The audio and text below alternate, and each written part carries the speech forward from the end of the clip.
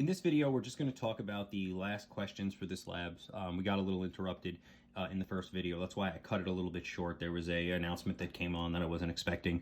But we left off on calculating the percent error. So for this one, what we're going to do is we're going to talk about the questions that you're going to put on a separate sheet of paper in full sentences. So number one, why do you use the same amount of moles of vinegar as baking soda? Okay, so again, this has to do with the balanced chemical reaction. Think about it. If I used, 10 drops of vinegar and then a pound of baking soda, I wouldn't use all the baking soda in the chemical reaction. So I want to make sure I have equal amounts so that the baking soda and the vinegar get fully used up so I don't have anything left over. All right, that's a percent error issue. The more stuff you have left over, it's going to throw the weights off in the end, and you won't necessarily, we were assuming, right, that every drop of weight that we lost was CO2.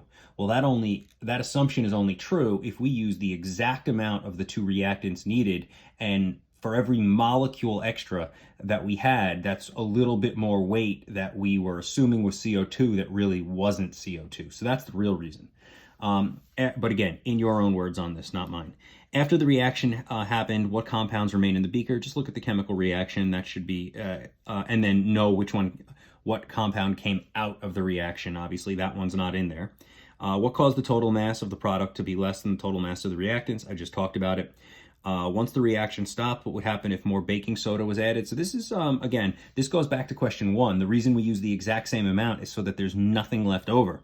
So if we used up all of the vinegar in the first run of the reaction, if we add more baking soda, well, is there any vinegar for it to react with? Well, the answer to that question will answer question 4. Assign all oxidation numbers for every compound in the reaction. Assume that the carbons in acetate, or the carbon in acetate specifically, just acetate, that's the C2H3O2, it's that one. That's a 0. So just assume that one. And then what is entropy and what's happening in this reaction? If you look at the reaction, you should be able, if you know what entropy is and you look at the chemical reaction, you should be able to figure out if the entropy is increasing or decreasing based on the phases of the molecules and the amount of moles of the molecules of the products versus the reactants. And that's how you figure out that last bit.